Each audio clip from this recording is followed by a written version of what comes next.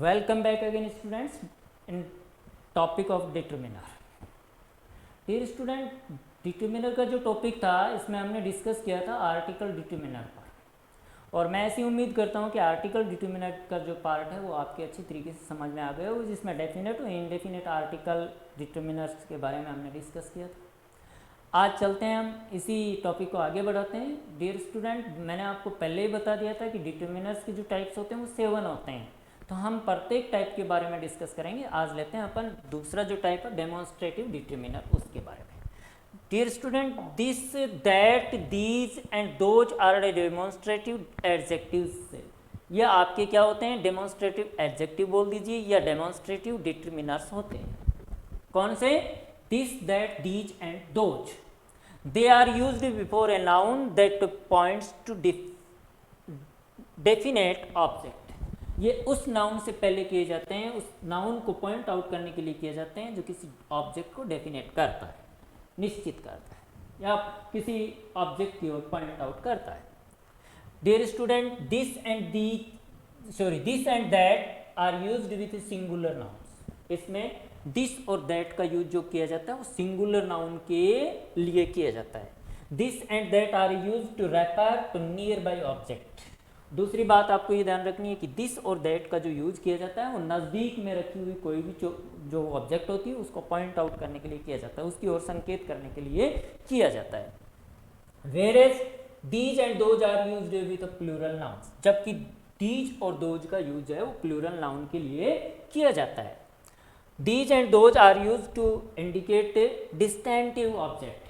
These और those जो है उनका यूज हमेशा दूर रखी गई जो वस्तु है उनकी ओर संकेत करने के लिए किया जाता है।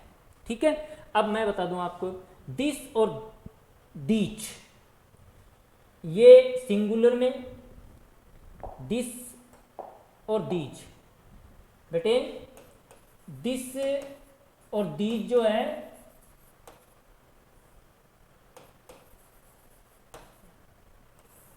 दिस सिंगुलर में और दीज प्लूरल में नज़दीक की जो नियर बाय ऑब्जेक्ट होती है उस नियर बाय ऑब्जेक्ट को इंडिकेट करने के लिए, पॉइंट आउट करने के लिए इसका यूज किया जाता है। जबकि दैट और दोज का यूज है सिंगुलर में, डिस्टेंटिव कोई ऑब्जेक्ट है उसके लिए दैट का यूज करेंगे, और प्लूरल में कोई भी डिस्टेंटिव ऑब्जेक्ट है उसको पॉइंट आउट करने के लिए हम किसका यूज करेंगे? दोज का यूज करेंगे। तो इसका यूज किया जाता है डिस्टेंटिव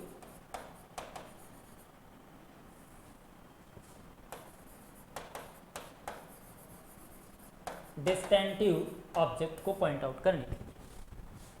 ठीक है बेटे, एक बात फिर बता दूं, दिस और दैट दोनों सिंगुलर के लिए यूज किए जाते हैं। दिस और दैट दोनों नियर बाय ऑब्जेक्ट को बताने के लिए यूज किए जाते हैं। दीज और दोनों प्लूरल नाउन को पॉइंट आउट करने के लिए यूज किए जाते हैं, और दोनों का यूज है वो डिस्टेंटिव ऑब्जेक्ट है उसको पॉइंट आउट करने के लिए किया जाता है।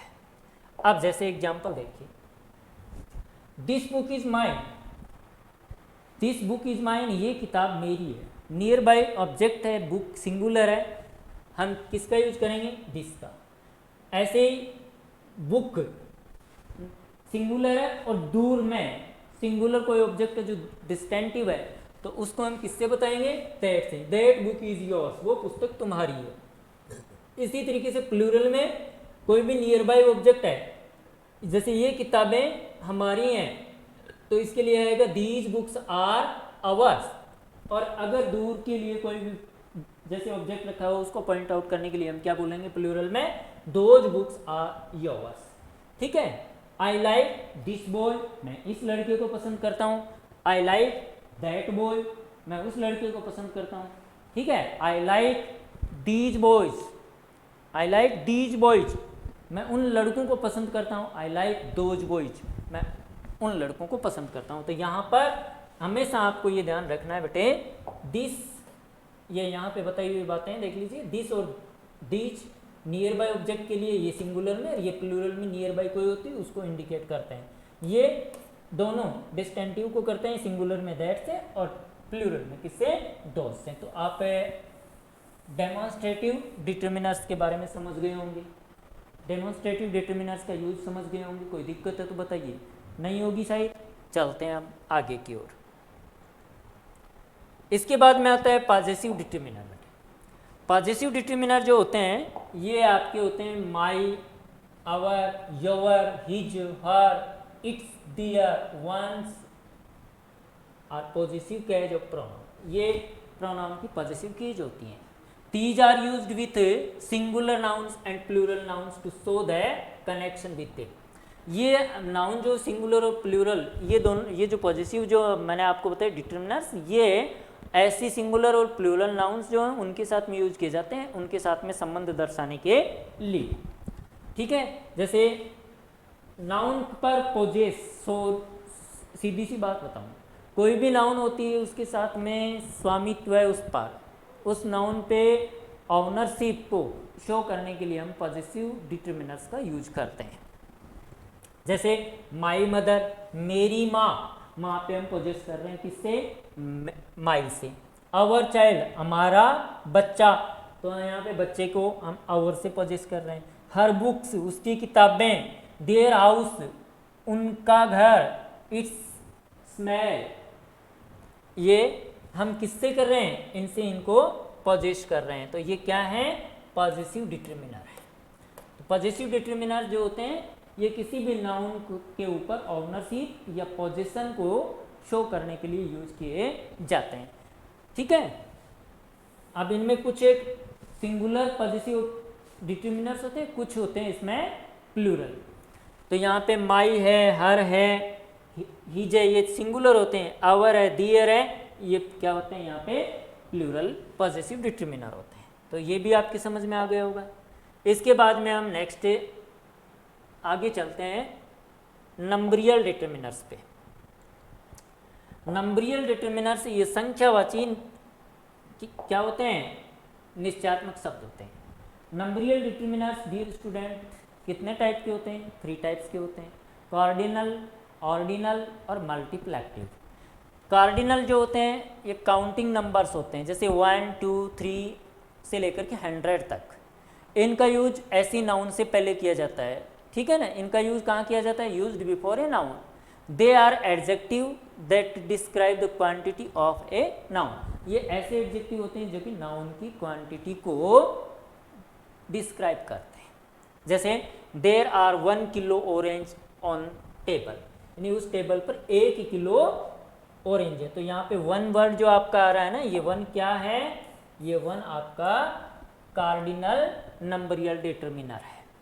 इसके बाद में इसका सेकंड टाइप होता है ऑर्डिनल। ऑर्डिनल नंबर होते हैं, ये नंबर जो है उनका यूज है वो प्राय किसी भी नाउन का जो ऑर्डर है, रैंक है या पोजीशन है उसको इंडिकेट करने के लिए किया जाता है। यानी ऑर्डिनल का मतलब ही आप समझ गए होंगे, ऑर्डर से बना हुआ वर्ड है। ऑर्डर का मतलब क्रम होता है, क्रम, स्थिति या फिर उसका पद अनुक्रम जो है उसको शो करने के लिए जो नंबर यूज करते हैं उनको हम ऑर्डिनल नंबर बोलते हैं।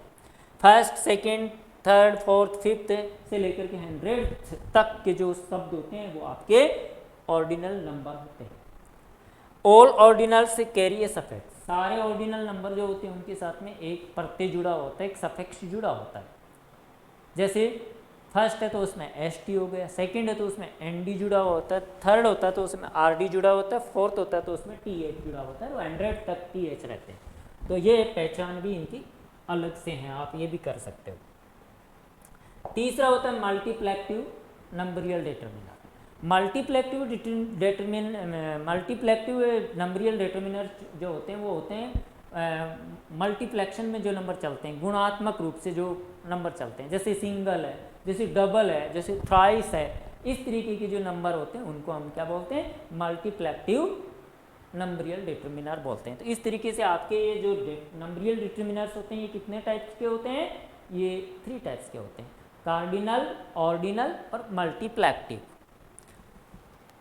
ठीक है बेटे, जैसे all ordinal carries a suffix n d, r d, s t और टी एच, ये इनकी पहचान है। अब इसके बाद में चलते हैं क्वांटिफायर डिटर्मिनर्स पे। क्वांटिफायर डिटर्मिनर जो होते हैं ये क्वांटिटी नाउन की जो होती है उसको शो करते हैं। संज्ञा जो होती है, नाउन जो होता है, उस नाउन की क्वांटिटी को शो करते हैं ये। They are of a different types, ये अलग अलग प्रकार के होते हैं क्वांटिफायर्स में, जैसे मैनी है, सेवरल है, मच है, ए लिटिल है, सम है, एनी है, ये आपके सारे के सारे क्या होते हैं, ईटीसी क्वांटिफायर्स डिटरमिनर। इसमें पहले सम का यूज बता देता हूँ। सम जो आपका डिटरमिनर होता है क्वांटिफायर में, उसका यूज कहाँ किया जाता है, तो some is used before countable और uncountable noun in affirmative sentence. Some का यूज अफर्मेटिव सेंटेंस में काउंटेबल और अनकाउंटेबल दोनों प्रकार की जो नाउन होती है उनसे पहले किया जाता है। जैसे एक एग्जांपल देखिए यहाँ पर, you want some advice on this matter, you want some advice, ये एडवाइस यहाँ पे क्या है, अनकाउंटेबल नाउन है, और ये सेंटेंस कौन सा आपका, एफर्मेटिव। तो in affirmative sentence before countable and uncountable noun we shall apply some determiner.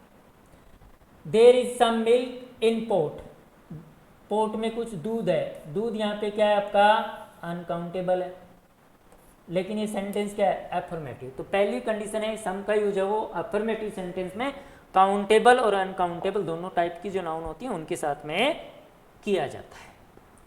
इसके बाद में व्हेन एन इंट्रोगेटिव सेंटेंस है begins with will you, would you, can you, could you, please और काइंडली से स्टार्ट है, तो अपन ऐसे सेंटेंस में भी किसका यूज करेंगे, क्वांटिफायर डिटरमिनर सम का यूज करेंगे। जैसे will you please lend me some money, अब देखो ये विल यू से स्टार्ट है आपका सेंटेंस, इंट्रोगेटिव सेंटेंस जो किससे स्टार्ट है, विल यू से, और विल यू से स्टार्ट है तो हम इसमें किसका यूज करेंगे, इसमें हम सम का यूज करेंगे। यहाँ कुड यू प्लीज, अब देखो ये कुड यू से स्टार्ट है तो हम इसमें क्या करेंगे, वही सम का यूज करेंगे। तो इस तरीके से कोई भी interrogative sentence, when your interrogative sentence begins with will you, would you, can you, could you, please और kindly, then you will have to use your sum quantifier determiner in the blank. Third condition है in affirmative sentence if one or more words take place then before one or more sum is used. अगर affirmative sentence में more और one से पहले blank है तो आपको हमेशा ध्यान रखना है कि उस more में और उस वन वर्ड से पहले किसका यूज करना है, सम का। जैसे there is a someone on the road, ऐसे give me some more milk, तो यहाँ पर अफर्मेटिव सेंटेंस है और उसमें इफ वन और मोर वर्ड्स टेक प्लेस, अगर वन या मोर शब्द आ रहे हैं तो उन दोनों के पहले किसका यूज होता है, क्वांटिफायर डिटरमिनर सम का यूज होता है। ठीक है स्टूडेंट, अब चलते हैं इसमें आगे फोर्थ कंडीशन सम के लिए।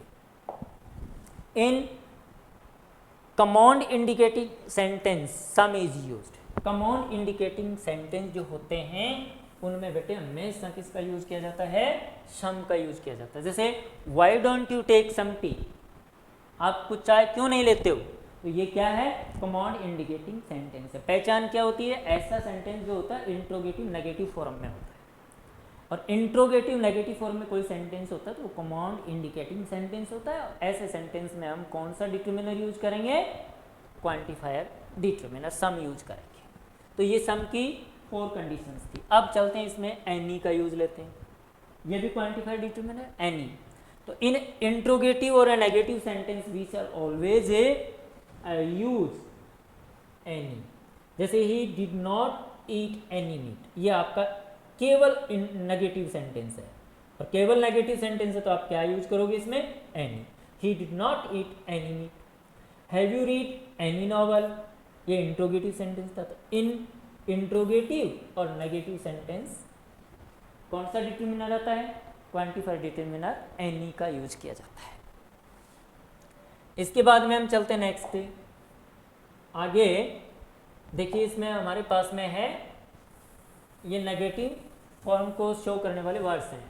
जैसे if, whether, hardly, scarcely, never, rarely, seldom, deny, fail, forbid, prohibit, impossible, unlikely, barely, ऐसे वर्ड अगर किसी आपके सेंटेंस में आ रहे हैं तो आपको बेटे वहाँ पे क्वांटिफाइड डिटरमिनर एनी का यूज करना है, ठीक है, क्योंकि ये वर्ड नेगेटिव फॉर्म क्रिएट करते हैं, ये नेगेटिव फॉर्मेशन में यूज किए जाते हैं। तो इस तरीके से इनके आने पर वो सेंटेंस क्या हो जाता है, नेगेटिव हो जाता है। नेगेटिव सेंटेंस में आप कौन सा डिटरमिनर यूज करते हो, क्वांटिफाइड डिटरमिनर एनी यूज करते हो, इसलिए यहाँ पे क्या आएगा, एनी आएगा। जैसे tell me if you have any doubt, यहाँ इफ आ गया तो हम क्या करेंगे, इसमें एनी का यूज करेंगे। ही हैज हार्डली, अब हार्डली वर्ड आ गया तो क्या यूज करेंगे, इसमें एनी का यूज करेंगे।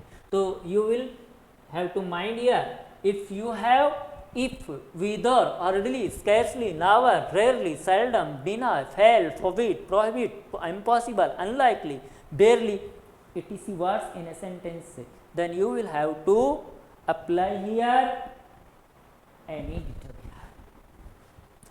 Third condition for any, in sense of no particular, कोई विशेष नहीं है, इस सेंस में हम किसका यूज करेंगे, एनी का यूज करेंगे। जैसे गिव मी एनी बुक, मुझे कोई पुस्तक दे दो, जो पार्टिकुलर नहीं है, कोई भी पुस्तक दे दो।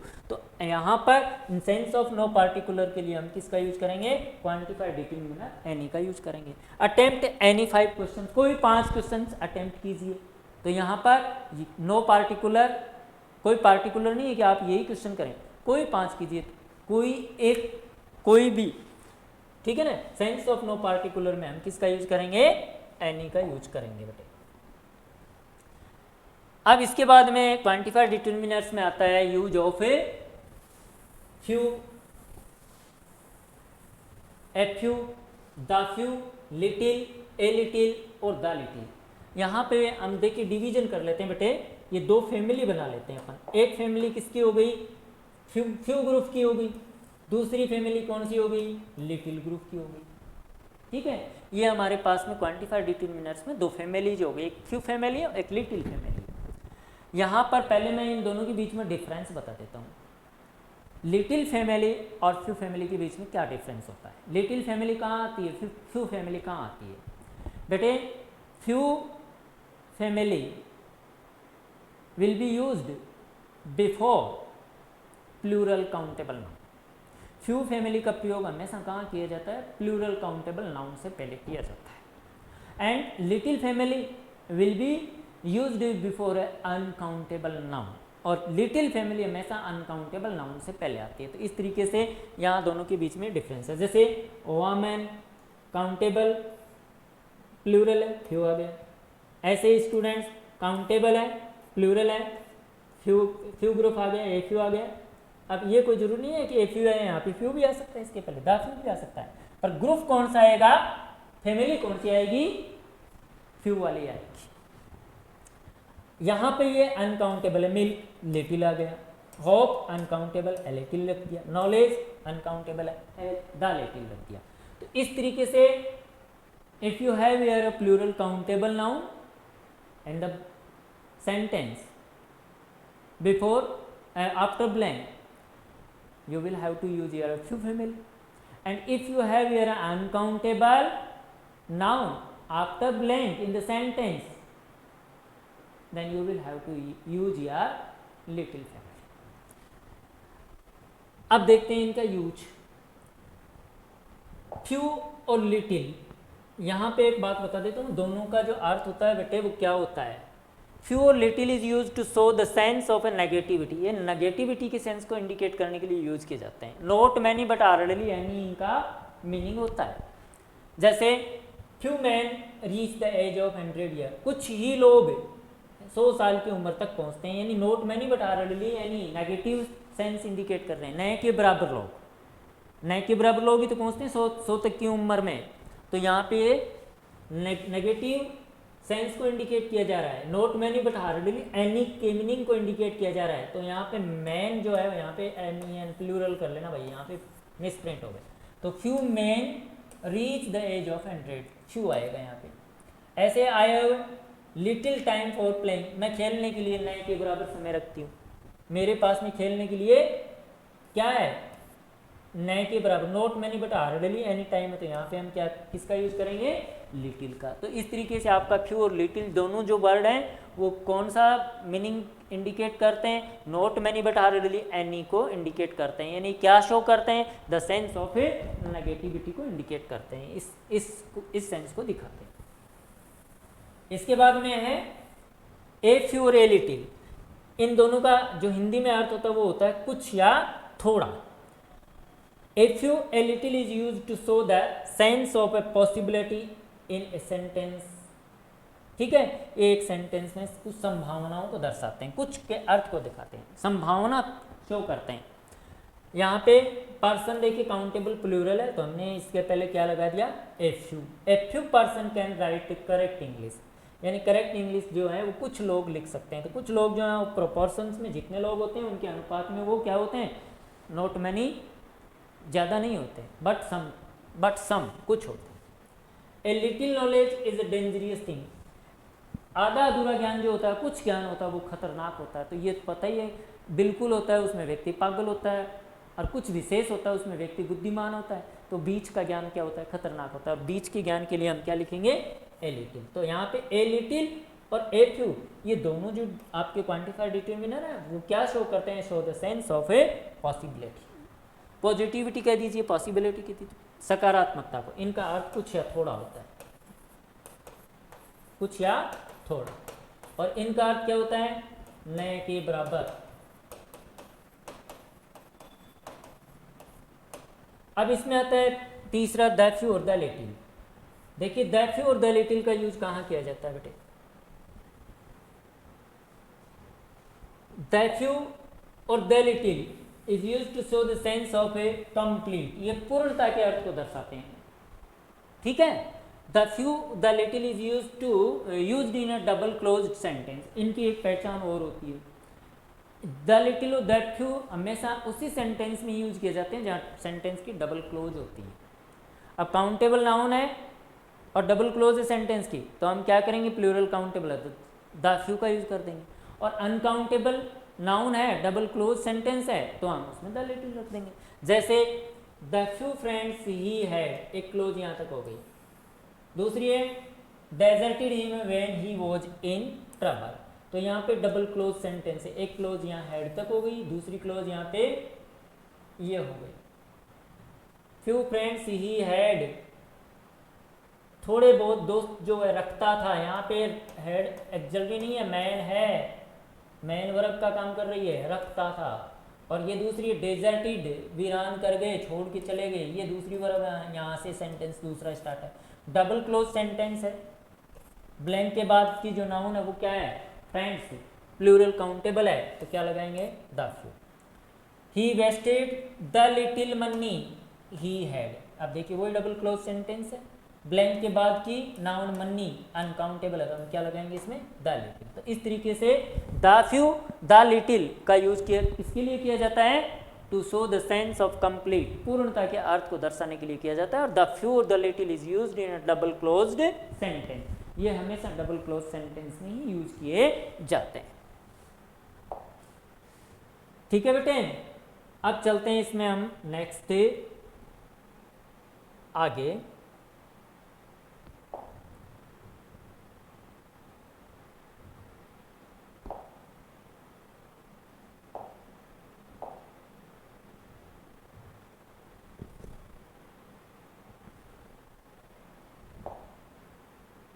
इसके बाद में नेक्स्ट इसका यूज देखते हैं अपन,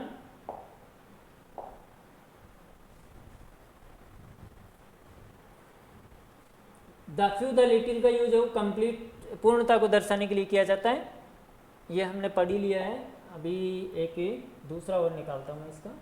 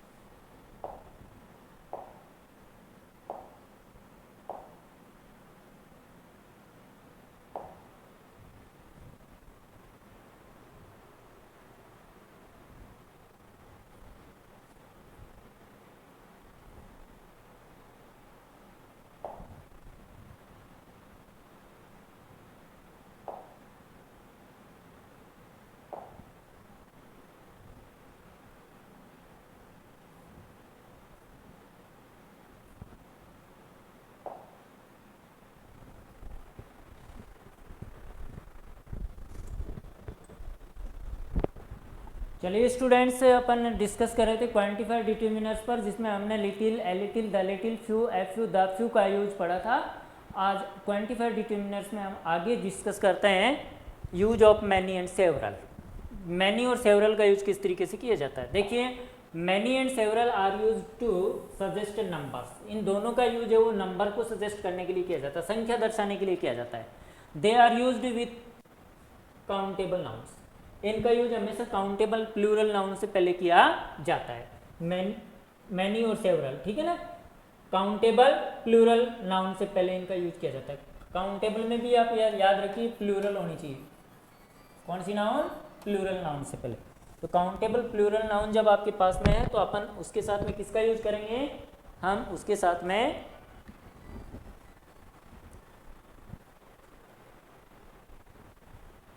मैनी और सम का यूज करेंगे। तो इन दिस में मैनी और several are use to suggest number. ये नंबर को सजेस्ट करने के लिए यूज किए जाते हैं। They are used with countable nouns, जैसे सेवरल बुक्स, मैनी ट्रीज, ठीक है। हाँ हाँ हाँ, आ रहा हूँ मैं, एक पर क्लास ले रहा हूँ।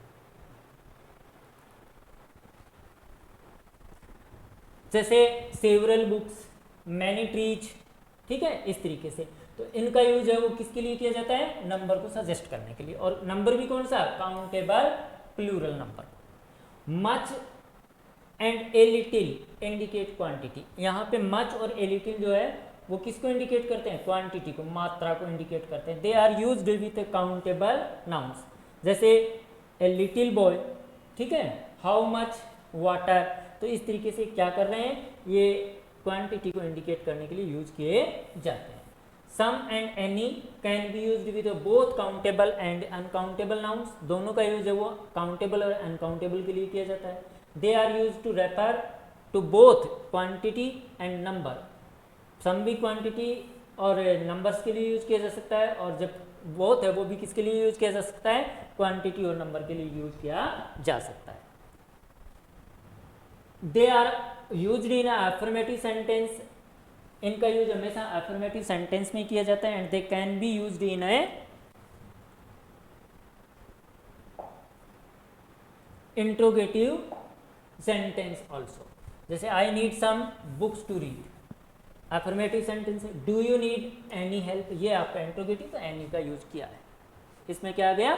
एनी। इसके बाद में अगला डिटरमिनर्स लेते हैं, डिस्ट्रीब्यूटिव डिटरमिनर। डिस्ट्रीब्यूटिव डिटरमिनर से वितरणवाचक निश्चयात्मक शब्द होते हैं ये। ईदर और नीदर, ईच और एवरी, ये आपके डिस्ट्रीब्यूटिव डिटरमिनर्स होते हैं। तो either is use to talk about pairs of persons और थिंग्स। ईदर का यूज है वो किसके लिए किया जाता है? व्यक्तियों और चीजों का जो पेयर होता है उसके बारे में बताने के लिए। जैसे either paper can serve my purpose equally well. और नीदर जो होता है इसका यूज ऑपोजिट सेंस में किया जाता है ईदर के। It means not the one nor the other, यानी न तो वह और न कोई दूसरा। जैसे he is neither tall nor short, वह न तो लंबा है और न ही वो छोटा है। तो इस तरीके से नीदर का यूज ईदर के ऑपोजिट के रूप में किया जाता है, और इसका मतलब होता है not the one nor the other.